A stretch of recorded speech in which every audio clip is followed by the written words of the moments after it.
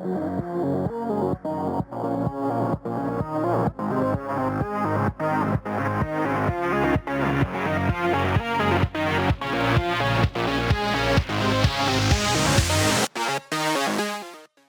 what's going on, everyone? Let's go ahead and do this binomial theorem probability test review. We went over this in class, but I kind of want give everybody a chance to look over it again in case you're not understanding everything. So I'm going to do it pretty quick, though, because I need to get it posted so you can have a chance to look over it, before it gets too late in the day. We have this first question. There are 49 mice in a pet shop, okay? And I'm going to go through every one of these here, but I usually going to start on the bottom because I usually find that more useful. So I'm going to look at the bottom really here, quick here, and it says 5 mice have all 3 characteristics. The characteristics are that they're white, male, and short-tailed. Okay, so we have S, W, and M for that. So 5 mice have all 3 characteristics, so they tell me right that that's 5. That's why they put it in the middle right there. 2 mice have none of the characteristics, so we're going to put 2 on the outside. They're not going to have short tails, they're not going to be white, and they're not going to be male. 7 mice are male, but neither white nor short-tailed. So 7 mice are male, but they're not short-tailed or they're white, so they're just only male and that's it. So 7 belongs there for the number of mice there. So we have 11 mice that are male and have short tails. Okay, so I'm looking at this space here. In the space where there are male mice that have short tails, there should be 11 mice, and there's already 5 there, so I'm going to put 6. Okay, 6 and 5 make the total 11, which is what they're looking for. I have 8 mice are white and have short tails. Okay, we already know that. Here's the short tail group and the white group, and we have the intersection of short tail and white mice, and the total here is 5 plus 3, which we know is 8. So that's kind of useful, but not so useful. 18 mice have short tails, so there's 18 mice in this short tail group right here total. So I got 6 and 3, which is 9, and 5, which is 14. So there should be 4 extra to give me the total of 18 that I want, since I already have 14 sitting here. There are 27 mice are male. In this total group here of male mice, there should be 27 mice. Looks like I have 5 and 6, which is 11, and 7, which is 18. So I need 9 more to get to the 27. So that's going to go in this group there. Alright, so we have 30 mice that are white, and here's the group of white mice right here. There should be 30 in the circle. So I got 5 and 3, which is 8, and 9, which is 17. So I need 13 more to get to the 30 that I need. So that's how you fill out the diagram from this information they give us. Just like we did in class, okay? It says complete the diagram, no problem. Find the number of mice, that's what this N means, the number of mice in the intersection of M and W. So let's take a look at that. The intersection of M and W is where they're M and W at the same time, which is right here. This is the intersection of M and W. So how many mice are in there? Looks like there's 14 when I add those together. So this answer is 14. No problem. Okay, this one is the number of mice that are not in M, unioned, which means combine. This means combine. That's what a union means. Combine with the number of mice that are short-tailed. So we're going to take all the mice that are not male, and then we're going to combine that group with all the mice that are short-tailed. So that's really tough for some people to get their heads around. So first we're going to take all the mice that are what? That are not male. So let's think about that. Here's the group of male mice, right? So I'm going to color in everything that's not a male mouse right here, which is everything outside of this circle, out of the male circle. So let's say this. Okay, we're coloring everything that's not inside that male circle, right? Okay. So all of these are part of my group, okay? But I'm going to take that group and add more to it. The group that's what? An S. Okay, but I already have a lot of the group are already in S. I have it right here. I have that part. I already have a lot of that, okay? So I don't want the group that I've already included. I just want the part of S that I don't have yet, which is right here. This group right here.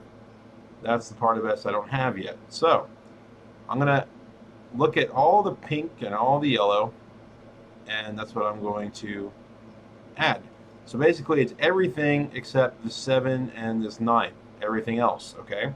So let's add that up. 2 and 13 make 15, plus 3, which is 18, plus 4, which is 22, plus 6, which is 28, plus 5, which is 33, and then plus 9, which is 40.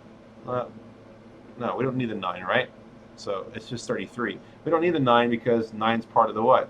The middle group. So we only need, yeah, we don't need the 9 and we don't need the 7. We just need everything else. So that's going to be 33. That's right.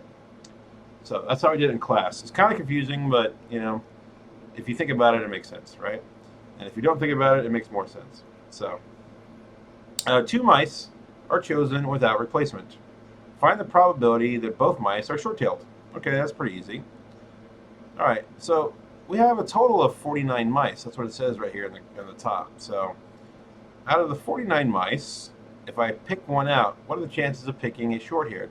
That's everything in this group right here. Okay, the total here, they already told me though, for the short-haired is what? Total for the short-haired, short-tailed mice is what? Is 16, right? So I can't really see that, right? 18, right? That's interesting. So 18. So there's 18 total. Okay? So 18. We have a chance of picking a short-tailed mouse is 18 out of 49, because 18 out of the 49 total are short-tailed. So if I take that out and do not replace it, then there's only 48 left in the cage there, and I'm going to pick another one, and the chances of picking another short-tailed mouse is 17 out of 48. So we're actually going to have to multiply these together to get the answer. So I'm going to go ahead and put that in a calculator. So 18, there we go, out of 48.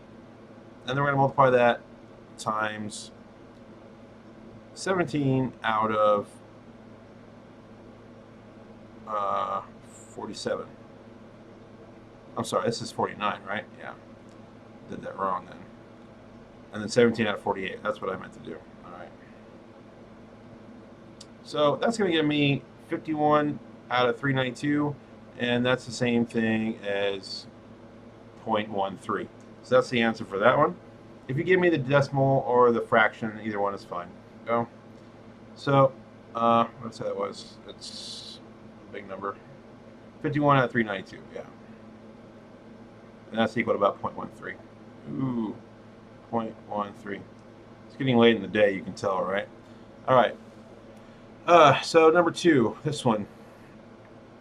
All right. So we have a jazz band in a IB class, okay? And there are 3 instruments that are played: saxophone, clarinet, and drums. And they want me to draw a Venn diagram representing this information. The key thing to note is that out of the 40 kids in that class, only 25 of them belong in the band. Okay, so we're referring to only these 25 when I'm talking about what's going on here. So let's go ahead and separate the instruments. We have a saxophone, we have clarinet, and we have a drum. I obviously can't see that, so let me undo some of that. We need a bigger box, right? Let's do that again. Saxophone, clarinet, drums. All right. So S, C, and D. All right. So 3 play all 3 instruments. So there's 3 people. Okay. 5 play the saxophone and clarinet only. So in the space between saxophone and clarinet where they only play both of those, this is 5. Okay, that's what that means. 5 can play at least clarinet and drums, okay? So there's a space for the clarinet and drums right here. There should be 5, because that includes, when I say at least, they can play the clarinet and drums at least, or we can also play the saxophone, okay? But we can play at least these 2 instruments, but there's no reason we can't play the saxophone. So this 3 is actually included in this 5, which means there should be a 2 here, because this space should have 5, and 3 plus 2 is 5. 7 play at least saxophone or drums. That's right here, this space right here. There should be 7 people in this space. There's already 3, so we only need 4 more. So that's a 4 there. 16 can play saxophone. This is this group of saxophones right here. There should be 16. Looks like I already have 12 in there, so we're going to need 4 more to complete the group. 12 can play clarinet, so this is the clarinet group. Looks like I already have 10 right here. This is, 10, so I only need 2 more. So if I add these together, this is 12 and 4, and 8 rather, which is 20, and there's 25 people in the band, right? So there should be 5 left over, and they're going to belong in the drum, the percussionist there. So that's the 25 accounted for, but remember there's 40 IB students in the whole class, so 15 of them are actually not playing any instrument. That's something you need to be aware of. Okay, they belong to the universal set out here outside of the group. All right. So, what's the probability of a randomly chosen student in this class that plays only the saxophone? Here is only saxophone. All the kids. There's only 4 of them, so it's 4 out of the 40 total IB students, because that's how big the class is right here. So this is going to be 1 out of 10, or 0.1, or 10%, right? Any one of those I'll give you credit for. Find the probability that a student chosen at random from the IB class plays either the clarinet or the drums, or both. Okay. So we'll use my highlighter to give me this answer. Probability that they play either the clarinet or drums, all right, or both. So that's all of anybody who plays the clarinet is part of that group. They play clarinet, so we can color in all the clarinet group. Or they can play the drums, so anybody who plays the drum is cool for this group, right? Or they can play both, but both is included here, right in the middle already. So basically anybody that's shaded in the shaded group counts as part of the group that we want. So the total in here, if I count them up, it looks like this is 12 and 9, which is 21. So I need 21 out of the total in the IB class, which is 40, right? So I don't know what that is as a decimal. Let's take a look real quick. So I control divide, and I'll do 21, try to do 21 out of 40. And that is that. That doesn't reduce, so it is that. If I control enter, give me a decimal, it's 0.525, okay? So let's see. All right, so 0.525. So either answer is cool for me. Or you can say 52.5%. That'll be cool too. All right, given the student plays the saxophone, it's very important you understand what that means. It's a given. The student is playing a saxophone. So I only care about students that are playing saxophone. What is the probability of those students of drawing somebody that also plays a clarinet? That's the question. So if I'm looking at only the group of saxophones right here, how many of them also play the clarinet? I'm looking at this. This is okay. So the total number in the saxophone is 16, but the people that also play the clarinet in that group is 8. So we're looking at 8 kids out of the total of 16. So that probability is a half, or we could say 0.5. So 50%. Any one of those answers will give you credit. Okay? So we're going to move on to the binomial expansion problems, or the theorem problems. And like I said, this is not a very long review because it's not a whole lot in this, a lot of content in this section here. So I'm going to say, let's write the theorem down. I'll give you the binomial theorem on the test, so you don't have to memorize it. But I'll give it to you here. So it says this is the sigma, which is the summation. K equals 0 of n choose k. And then a to the power of n minus k times b to the power of k. All right, so that's what we have to know. How many terms are in this expansion? I'm asking you to multiply this by itself 9 times. If I do that, though, there will actually be one more term than the power, so there should be 10 terms. This is always the case for binomial expansion. So if I put a power of 15, there will be 16 terms in the expansion, and you get the idea. So you should know that one pretty easily. Find the constant term in this expansion. There are 10 total terms, but one of them is a constant term. What that means when there's a constant term is that there are no variables. Okay, no variables. An example of a variable is what? X. So there will be no x's. It's just going to be a number. Okay, an example of a constant is like 10. 10 is a constant. It's always going to be 10. It's not going to change to something else. It doesn't vary, so it's not a variable. So what I'm saying when I have a binomial expansion is I have terms. This is a term right here. This is a term. And this is a summation. So we keep adding term after term after term after term. In this case, we'll have 10 of them. So One of those terms, though, is just a number, and I had to figure out what it is. So let's take a look at this template for a term. Let's copy it down. Okay, so a term looks like this: nk, and then a to the power of n minus k, and then b to the power of k. Let's identify what all these are. N is the what? Is the power of the binomial, and that power is 9. So I know n is 9. Okay, let's write that over here. N is 9. A is the first term in the binomial, so a is going to be equal to 3x squared. That's what that means.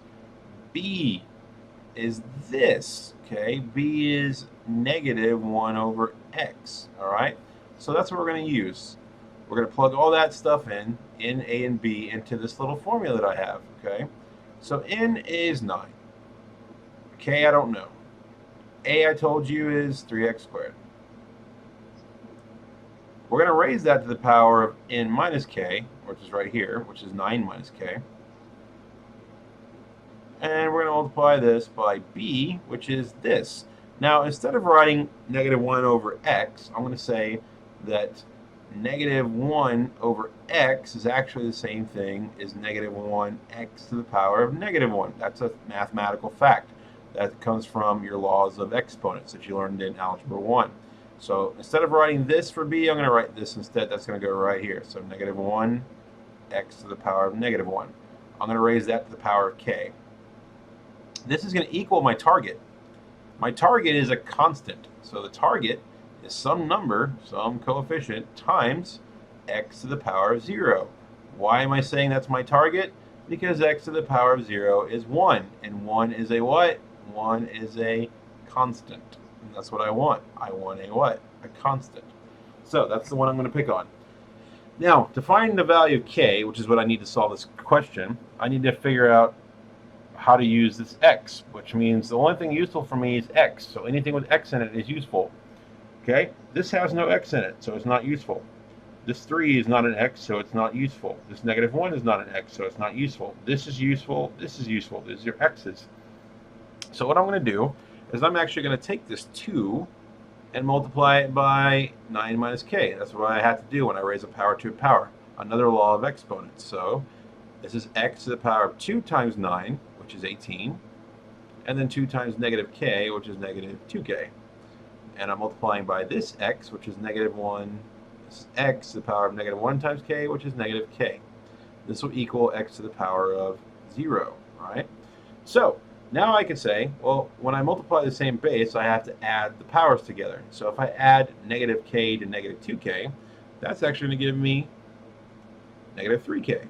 So I can say then definitively that 18 minus 3k, when I combine these, is equal to what? 0. That means 3k is equal to 18, and that k is equal to 6. That is not the answer, but it is useful to find the answer, because now that I have k, I can plug it into here, here, and here, and actually get the real answer. So let's do that. Let's get that real answer. So I'll do this in red. Okay, so we got n and k. Remember, n is what? 9. K is 6, I found. We know that a is what? A is 3x squared. Oops. Let's do that. 3x squared. We'll raise this to the power of n minus k, which is 9. 9 minus 6, which is 3. And then we'll have b, which is negative 1x to the power of negative 1, I said. We're going to raise that to the power of k, which I told you is what? 6 right here. And then we'll figure out what this is. So 926, make the calculator do that, because that's a factorial issue. So we're going to say menu probability combination, and just 9, 6. That's all you're going to do on your calculator on the tests, and it's going to be 84. It'll tell you that right away. So this bit right here is 84. So this is 84. We got 3 raised to the power of 3. Don't forget that number, 3 raised to the power of 3, is actually 27. So we're done with that bit. We got x squared raised to the third power. So we're going to multiply these together. So it's going to give me x to the power of 6. So we're done with that. We got negative 1 raised to the power of 6, which is actually 1. So we're done with that. And then we have x right here raised to the power of negative 1 times 6, which is negative 6. So what's happening here, after all this, is we can figure out our answer. We know that if we multiply x to the power 6 times x to the power negative 6, this is going to be 6 minus 6, which is 0, which is x to the power of 0. Remember, that was my what? Goal. It becomes 1. Multiply that times 1, and nothing happens. So these really just all become 1. So the answer is just whatever 84 times 27 is. That will be a constant, which is a number that has no variables. So it's going to be 84 times 27. And that answer will be 2,268. And that's what we said in class, right? So this answer is 2,268. It is a number. It's a constant. That's what it means to be a constant. It won't change to anything else. It is just a number. Okay, so we're done with that question. All right, so on to number 4. Find this. It's the same type of problem. We're going to find a term again. This one's not going to be a constant. It's going to contain x to the power of 10. And then they give us this binomial. So we're just going to use the same thing that we did here. We're just going to bring it down and copy it. So we're going to say, okay, in k, this is a term, by the way. This is a term. That's what it looks like. A to the power of n minus k, and then b to the power of k. So let's identify what n, a, and b are. So one thing I know. So n is the power, and the power here on top, on the outside here is what? Is 7. So that's what n is. Okay, a is this first term, which is 5. That's what a is. And b is this term here, which is 2x squared. Okay. So now that I have that, I'm going to plug what I know into this little formula for the term, and then we'll figure out what we have. So n is 7. It says so right here. K we don't know. A I told you is 5. B is 2x squared. I am going to raise a to the power of n minus k, so it's 7 minus k. And b will be raised to the power of k itself. That's what it says to do, right? And then this will equal my target. This will always equal the target, and the target is a term with what? X to the power of 10 in it. And it's going to be some number there in front that I don't know what it is yet. I don't really care what it is right now. I just have to find k first, right? So what's useful for finding k are the x's, okay? And if it doesn't have an x in it, I don't want to look at it. So there's no x there. There's no x there. The 2 is not an x, but this is an x, and we're going to raise x to the power of 2 times k. So what I'm going to tell you now is that x to the power of 2k will equal this, which is x to the power of 10. So therefore, 2 times what equals 10? I'm pretty sure I can say now that k is equal to 5. That's great. Not the answer, but it's going to help me find it. Because now that I know k is 5, I can plug it into k, right? So instead of 7 and k, we have 7, 5, right? That's what we have. 5 to the power of 7 minus 5, which is 2. And then 2x squared raised to the power of k, which is 5. Let's simplify this, and we have the answer, right? That's all you got to do. So 7 choose 5, make the calculator do it. Go to menu, probability, combination, 7, 5.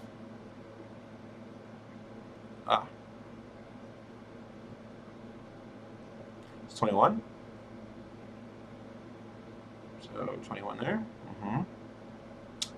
And let's get that going on my calculadora. There we are. So this will be 21. 5 squared is 25. And 2 to the power of 5 is 32. And then we got x squared, which is 2 times 5 right here, which is actually the what? The 10 I was after. That's what my target was. So I'll just multiply these together, and we get our coefficient, and we have the answer. So it's 21 times 25 times 32, and that is 16,800, like we said in class. So 16,800 x to the power of 10. This is the term that I wanted containing x to the power of 10. That's that. Okay, so we're kind of going through this pretty quick. Like I said, not much to it. I'm going to get myself some space here, and I want to look at this question. All right, so this one is actually asking me something different. It's actually asking me to write all the terms in the expansion. So I have to expand this myself.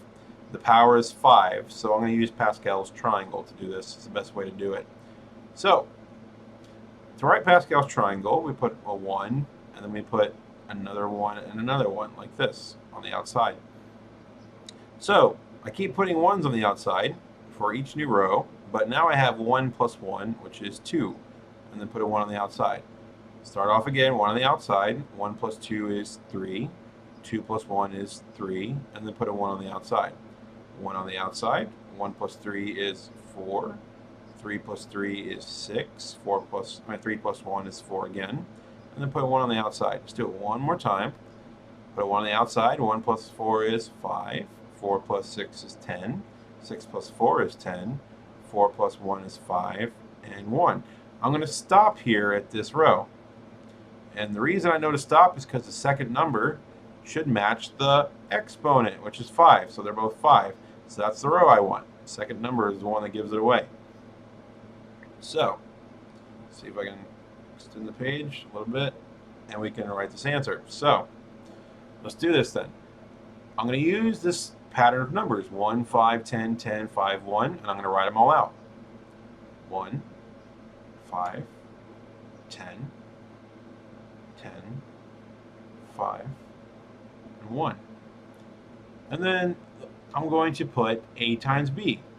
Here's A. It's 2, and B is negative x. We're going to keep multiplying those over and over. 2, negative x. 2, negative x. 2, negative x. 2, negative x. 2, negative x. 2 times negative x. Okay, so that's what we do. And then we're going to add them all, because the summation for the binomial theorem says to add them all. So I'm going to. And then I'll do the powers last. So this first term, a, will start off with a power that's equal to the exponent. So it's 5. This will count down by 1 each time. So 4 for this one, 3 for this one, 2, 1, 0. Conversely, this term, which is the b term, it'll start at 0 and count up. 1, 2, 3, 4, 5. Finally, we can simplify this and have the answer. All right, negative x to the power of 0 is 1. Anything to the power of 0 is 1. So it's 1 times 1 times 2 to the power of 5, which we know is 32. So that's your first term. I have a negative x raised to the power of 1. That's a negative term raised to an odd power. So this answer, this whole thing, will be negative because you multiply it out by a negative number. What's going to happen, though, is I'm going to raise a negative to an even power. That's going to become positive. So what's going to happen on this sequence is we're going to alternate between negative and positive. This term will be negative, this term will be positive, this term will be negative, this term will be positive, and so on, right? So this is a negative x to the power of 1 is negative x. Negative x times 2 to the power of 4. 2 to the power of 4 is 16, and 16 times 5 is 80. So this is negative 80x when I multiply all this out. Okay, I got 2 cubed, which is 8. 8 times 10 is 80. But now I have a negative x all squared, which is negative x times itself, which is positive x squared. So this is positive 80x squared when I multiply all this. 2 squared is 4. 4 times 10 is 40. This is negative x raised to the power of 3, so it's negative 40x cubed. And then I got 2 to the power of 1, which is 2 times 5, which is 10. Negative x to the power of 4, which is positive x to the power of 4. And then here I got a 1, which is because it's to the power of 0. 1 times 1 is 1. And this will be minus x to the power of 5. This actually is your answer. This is all of the terms in its expansion. Okay, this whole thing is equal to 2 minus x to the power of 5. If you multiply this by itself 5 times, this is what you'll get. Okay, without doing all that extra work, though, that's how you find the answer. Okay, so we've done this. So now we're going to go to that part that was blank on your review today, which is the shading part, right? So I'm going to throw up a page here. Give me a second real fast.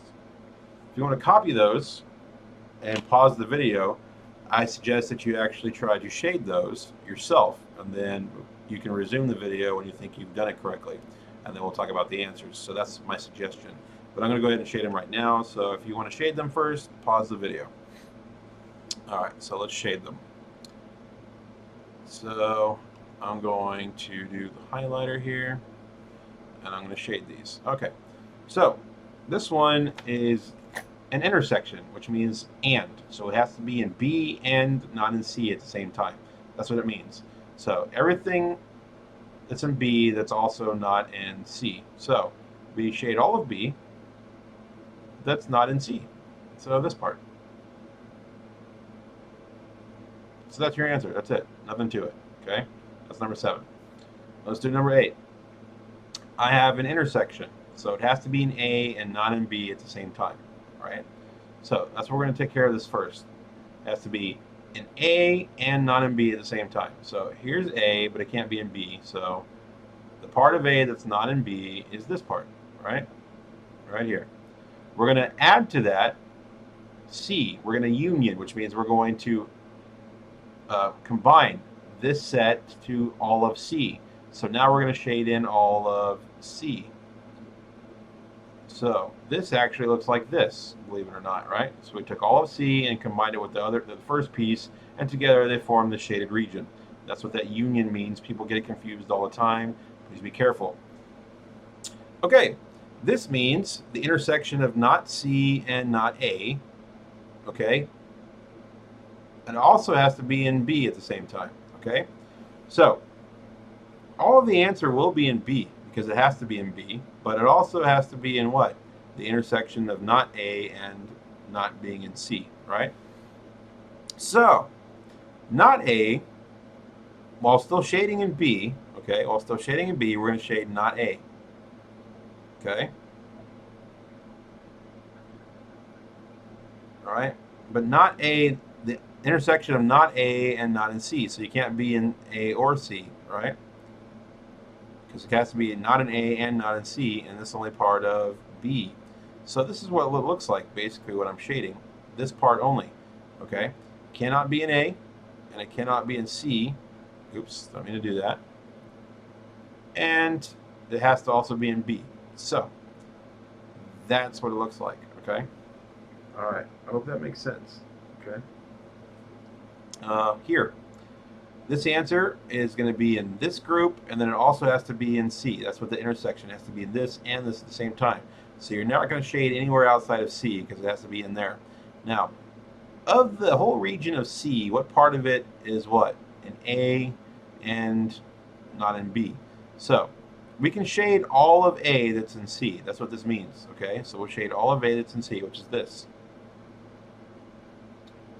Okay? And then we'll combine it with everything that's not what? That's not B, that's also in C, right? Which is what? This. This part is not B. Okay? That's what it means. A union is to combine. Okay? And all of the shading is also in what? C. So this is the answer for this. It's kind of interesting, okay? The shading part is really kind of tricky, but not that hard if you kind of understand how to read some of these symbols, okay? So we're almost done. I have this, okay? I want the intersection of not being in A and not being in C unioned with everything that isn't C. Okay, that's fun. All right, so let's actually take everything that's not in A and not in B at the same time. Okay, so if it can't be an A or B, okay, not in A and not in B, okay, so what's not in A and not in B at the same time? All right, to be not in A and not in B at the same time, this is kind of interesting, right? So if I imagine what A naught looks like, right, I'm going to shade all, I could shade this. Okay, so don't shade this yet, just watch, right? I would shade this part, right? Everything that's not an A. This is the way you can interpret this. So I'm going to shade everything that's not an A. Okay? And then I'm going to say, okay, also everything that's not in B. So I'm going to shade everything outside of the B circle. Okay? Everything outside the B circle. Cool. All right.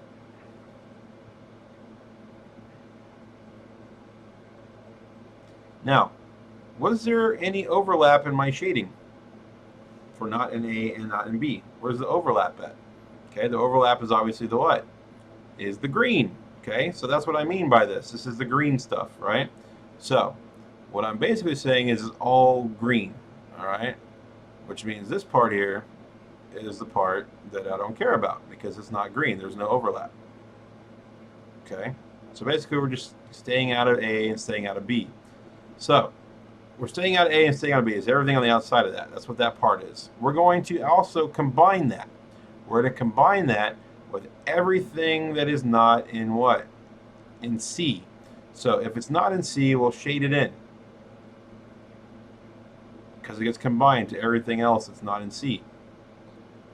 So, strangely what happens when I shade everything that's not in C, as well as the stuff that I already had here, I get a graph that looks like this. I mean, a shading. So it's all the shaded part except for this unshaded part in the middle. So you shade everything else. It's kind of interesting. It's kind of weird, but that's what it is. Okay? Now, here at the final one, we're going to take everything that's an A and B at the same time, right? So let's shade that part. It's an A and B at the same time, which is this part. And then we're going to combine it with everything that's not in C. So everything that's not in C will get shaded now, which is interesting. So this, all of it that's not in C will get shaded, including all the outside.